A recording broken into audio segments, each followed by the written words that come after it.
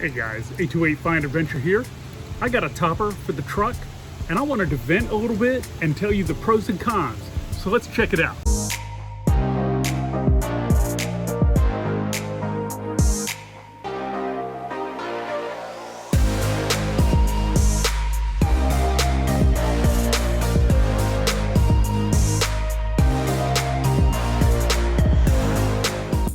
Hey y'all, recently I've got a truck topper to go on the back of the truck. I'm going to go over the pros and cons and the quality of the topper that I got and what I think about it. Now, it really doesn't matter which model of topper you got. Quality should always be a priority when somebody is paying this much money for a product. One of the first things I noticed was that the color was a little off, maybe 5 to 10%.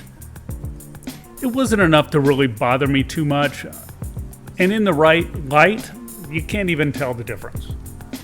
Now, I have had a topper before, and I was happy with that one, so I got another one. You know, you can make these things really expensive by getting a bunch of add-ons like windows that open up on the side and split windows inside, and you know, you can add all kinds of things to these and make them $4,000 if you want. Now here you can see some screws with caps over them, and when these screws were installed into the black anodized trim surrounding the window, it looks like they ground the socket or whatever into the trim, scratching the black anodized off of it. Now when you're spending this much money for something, this should not happen, or it should at least be touched up. Now here, there is a rubber piece of trim that goes on the bottom edge of the door. So when you close the door, it overlaps. This piece is a really soft just kind of a soft rubber that's very flexible, and it's just glued on. But whoever glued this on did it all kind of crazy. It's very wavy, it's not glued on even, and it just looks like garbage. Again, if you're paying this much money for something, it should not have these issues. I bet they're thinking you won't complain about it. The top I had before, which was pretty much identical, didn't have any of these issues. Besides the door having about a 1/4 inch of play in it when locked, it was basically, sorted out in a well-made topper, and it cost about $1,000 less 5 years ago. Well, the next thing I found, let's go on the inside here, was in the corner. Now this is inside and no one's gonna see it, but when they glued the headliner or lining in, or whatever you want to call it, it is all wrinkled. It got all glued in, wrinkled, and crazy looking. Now for what I paid, it should not look like this. This should be perfect. I don't understand how something like this could leave the factory and not pass any sort of inspection, and how the company thought it was okay to ship this topper out. It's beyond me. Will I buy another one? Right now, there are a lot of options out there, even some that are modular coming from overseas, like the RSI Smart Cap or the Alu-Cab. So let's go over a few options. I got the solid front window that folds down so you can clean it or access the cab. I also got a net attached to the roof where I can put fishing poles or camping stuff, pillows, sleeping bags, whatever. My side windows are just sliding with the screen, and I got the Thule tracks put on the roof. If you don't, you will void the warranty by drilling holes and installing them yourself. You will find that you can attach all kinds of things to these Thule tracks. Now let's go over the pros of having a truck topper. Well, it keeps everything dry. You can store a lot in it. You can use it for camping and sleep inside.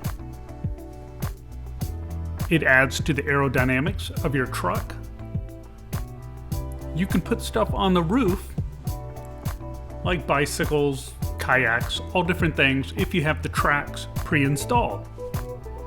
Now let's go over some cons.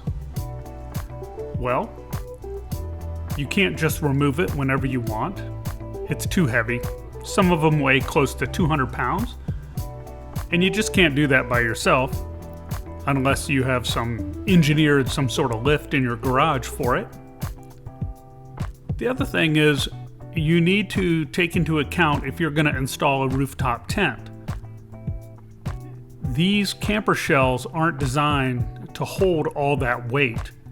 You can buy a specific truck topper / camper shell that will support a truck tent or a rooftop tent, and then you'll be just fine. But you need to keep that in mind when getting a fiberglass topper. Hey guys, I hope you like my little vent of a video that I did. I didn't know what to say. I'm all about customer service and quality of products, and this was just a little too much for me because of what I paid. And I just thought that, you know, I'm still a little speechless on the quality. Anyways, I hope you liked the video.